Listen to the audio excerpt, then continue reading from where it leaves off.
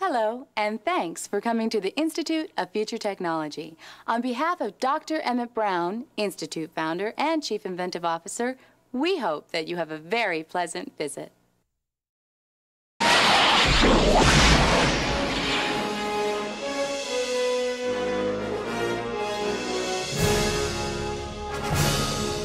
Hello and welcome to Theme Park History, the channel for everything to do with theme parks, old and new, big and small. In today's episode, we will be taking a look at the history of Universal Studios' Back to the Future the Ride, a simulator ride that opened at Universal Studios Florida on May 2nd, 1991, Universal Studios Hollywood on June 12th, 1993, and Universal Studios Japan on March 31st, 2001. This attraction was suggested by Gabriel Lizama, Lucky DeLorean 57, Ivan G, and Bree Boyton, so thank you for your comments. As always, if there's an attraction you would like us to cover on the channel, leave a comment down below. You never know. Your suggestion might be next month's video. Having been planned ever since the idea for Universal Studios Florida was officially greenlit in 1986, Back to the Future the Ride is considered by some to be the best ride Universal has ever created. With cutting-edge technology, cinema-quality storytelling, and based on the beloved movie franchise, Back to the Future the Ride was a hallmark and anchor for the brand new movie park, a pinnacle of early 1990s entertainment, and was responsible for saving the park after its disastrous grand opening.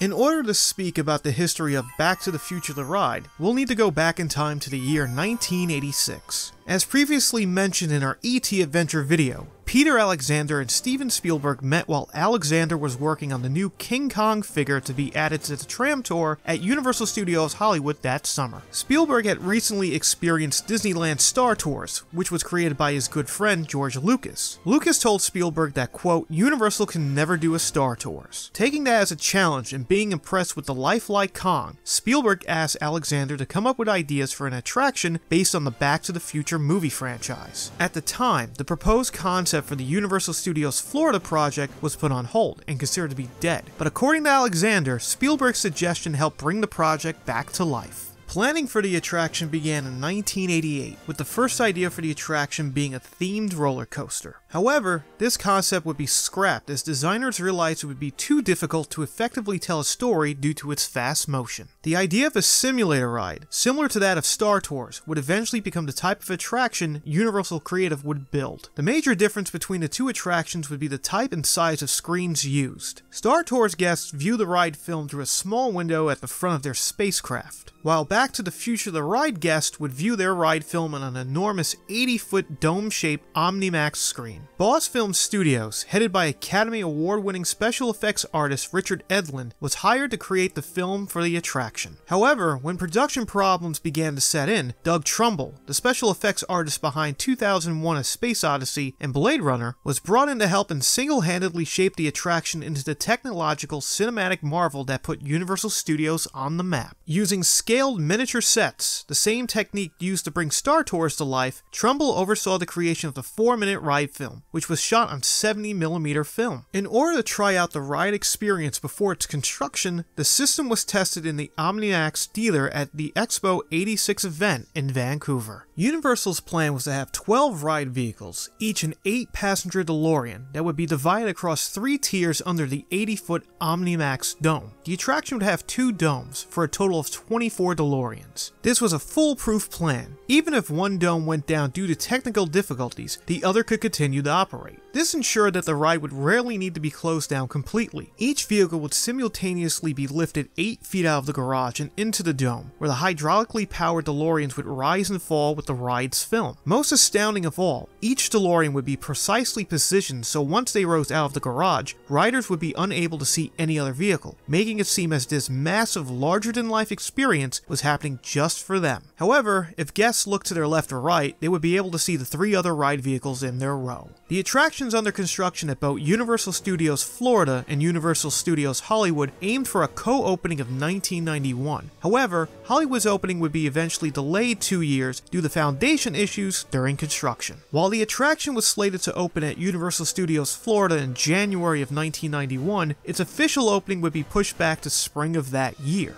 The reasoning behind this was that Universal wanted to avoid another disaster reminiscent of when the park opened just a year before. While I could go into more detail about this, I feel it's better suited for another attraction we plan on covering in the near future. The attraction did begin to host guests in January, but remained in technical rehearsal for 3 months, hosting more than 600,000 guests during that period. Universal wasn't taking any chances and declared the attraction would not be officially opened until May 2nd, 1991. After the 2-year delay, the Hollywood version would officially open on June 12th, 1993, and finally, the Japan version would officially open with the park on its grand opening, March 31st, 2001. Into the car! Activate time circuits! We're going back! To the future? To the Ice Age! Wow!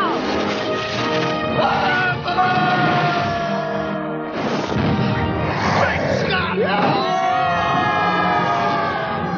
Hang on! Go back to the future. At Universal Studios, Florida. It's the greatest ride in the universe as we know it! Great Scott!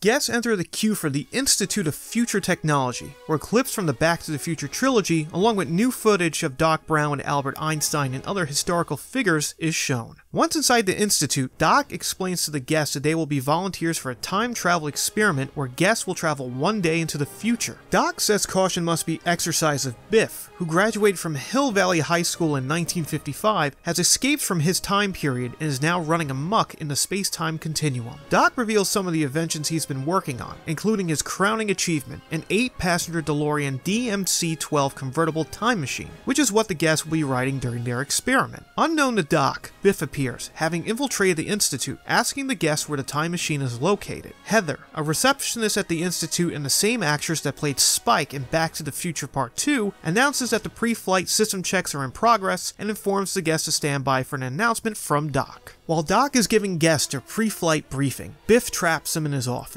It's revealed that when one of the time-traveling teams were conducting an experiment back in 1955, Biff stowed away. Biff steals the DeLorean and vanishes somewhere into time. Worried about the havoc Biff will cause to the space-time continuum, Doc frantically pleads with the guests to assist him. Doc says that the only way to bring Biff back to the present is to accelerate to 88 miles per hour in the guest's DeLorean and bump him, which would open a time vortex that will send both vehicles back to the Institute. Once the guests have entered the DeLorean, Doc uses his remote control to make the vehicle hover and accelerates to 88 miles per hour to begin the ride. First, Biff leads the guests to Hill Valley in 2015, where they chase him through town. Both vehicles smash into neon signs, fly over neighborhoods in the town square, and the chase culminates at the iconic clock tower. Biff then departs for the Ice Age. The guests follow and slowly lower into the icy caverns. Biff honks his horn, causing an avalanche that damages the guests' vehicle. Flying out of the caverns, the guests see Biff shoot away into time, but their own engine fails and begins to plummet down to a chasm. Doc manages to restart the vehicle, accelerating backwards and through time into the Cretaceous period. The guests follow Biff's vehicle into a dormant volcano in which a Tyrannosaurus is discovered. Biff gloats it into attacking the riders, who barely escape. The Tyrannosaurus strikes Biff's vehicle, sending it flying out of control. The dinosaur then swallows the guest vehicle, but spits it out only mere seconds later. The vehicle drops down onto a lava river to see Biff's DeLorean, now damaged and unable to maneuver, moving down an active lava flow towards an edge of a cliff, with Biff pleading for help from Doc. As both vehicles plunge over the edge, the guests accelerates to 88 miles per hour and bumps Biff's, sending both back through the vortex to the original point of departure, the present, at the Institute of Future Technology, where Biff gets out and thanks both the guests and Doc for saving his life, but is soon seized by security. Guests exit the vehicle, as Doc thanks them and reminds them that the future is what you make it. As guests leave, the song Back in Time by Huey Lewis and the News is played. After exiting the Institute, guests could enter the Back to the Future store, where merchandise from the movies and the rides were available for purchase. Also outside the Institute were prop replicas from the movies, including a modified DeLorean and the locomotive from the third movie.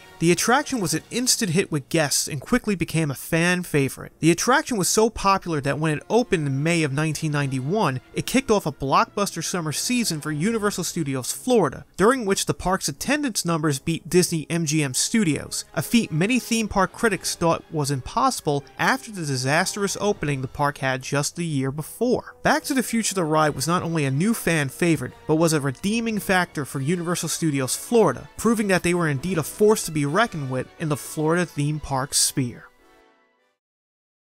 In mid-2006, rumors started to surface that Universal Studios Florida would be closing Back to the Future the ride. The attraction's closure was initially suggested to be as early as October 2006. However, it wasn't until March 30th, 2007 that the 16-year-old attraction closed for good. The Hollywood version would close shortly after on September 3rd, 2007. In commemoration of its final month of operation, a special event was held with Christopher Lloyd and Bob Gale beginning the countdown to the ride's closure a month before. Both versions would be replaced by the Simpsons Ride, based on the animated sitcom The Simpsons. The Japan version of the ride would close on May 31st, 2016 in order to make room for its replacement, Despicable Me Minion Mayhem. While Back to the Future the ride can no longer be found in any Universal theme park, fans can still relive the attraction on the DVD of the produced film. Around 2 years after the attraction had opened, an employee recorded the entire ride projector footage, in-car footage, and the pre-line footage from the master laser discs to a VHS tape and sold bootleg copies of it. As a result, in February 2009, Universal included all of the queue, pre-show, and ride footage on the 2009 DVD re-release of Back to the Future as part of a second bonus disc. However, the footage is not the best, as it's been cropped down from its IMAX version, has flickers, is partially damaged, and the ride cabin is virtually recreated. Despite its flaws, the ability for fans to relive their favorite ride, and for those who did not have the pleasure of experiencing it during its run, have the opportunity now to experience it at home, which is still a very cool and unique feature. So why did the attraction close? In the early 2000s, Universal began to replace many of its classic intellectual properties that were based on movies from the 1970s and 1980s with newer movie franchises as an attempt to help drive attendance levels. Universal is determined to pack its parks with the hottest box office blockbusters possible, even if it means that the ride's lifetimes would be measured in seasons rather than decades. Though Back to the Future the ride was one of the last Universal classics to fall, it was also one of the hardest hits for fans.